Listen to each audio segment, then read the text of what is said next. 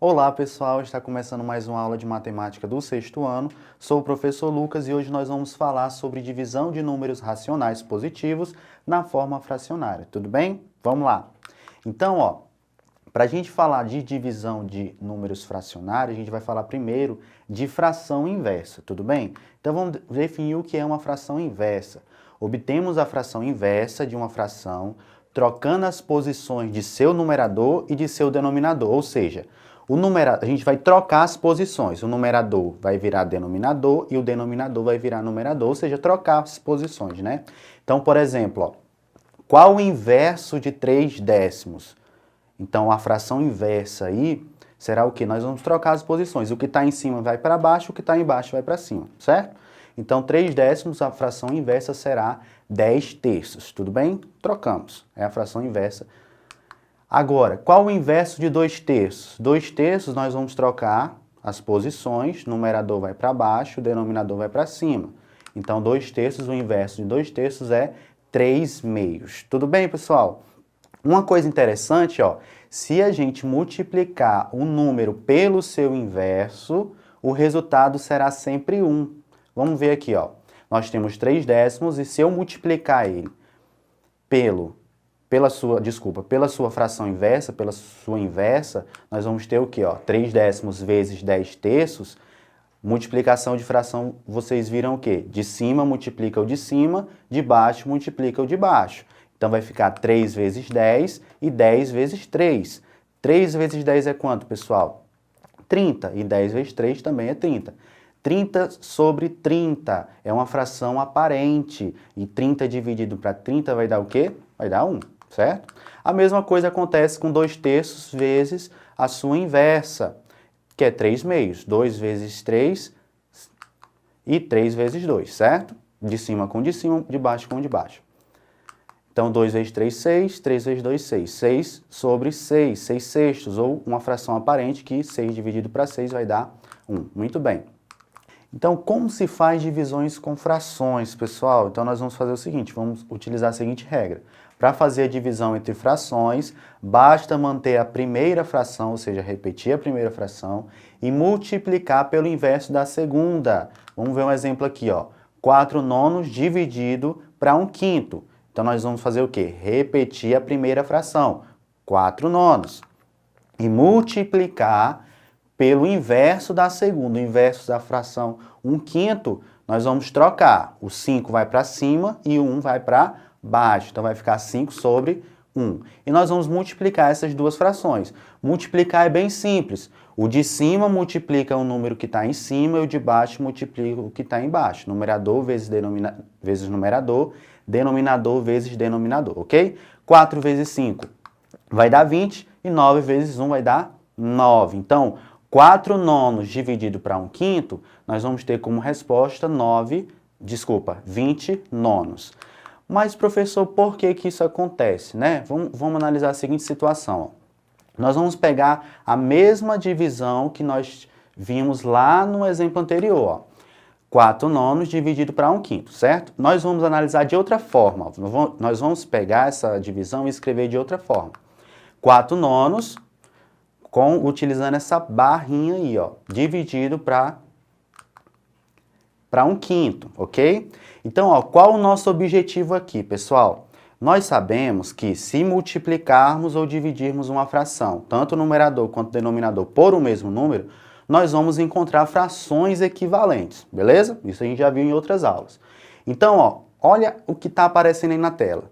Uma fração dentro de outra fração, uma fração dividida para outra fração.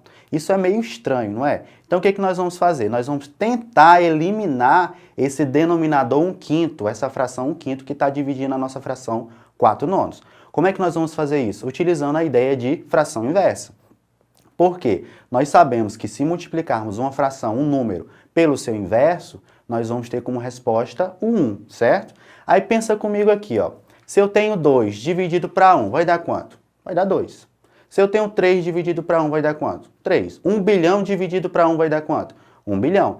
Então, o 1, ele é um número que é neutro na divisão, certo? Ele não faz diferença. Então, nós queremos transformar esse 1 quinto em 1, certo? Então, Então, o que nós vamos fazer? Nós vamos multiplicar tanto o numerador quanto o denominador pela fração inversa de 1/5, que é 5 sobre 1, certo?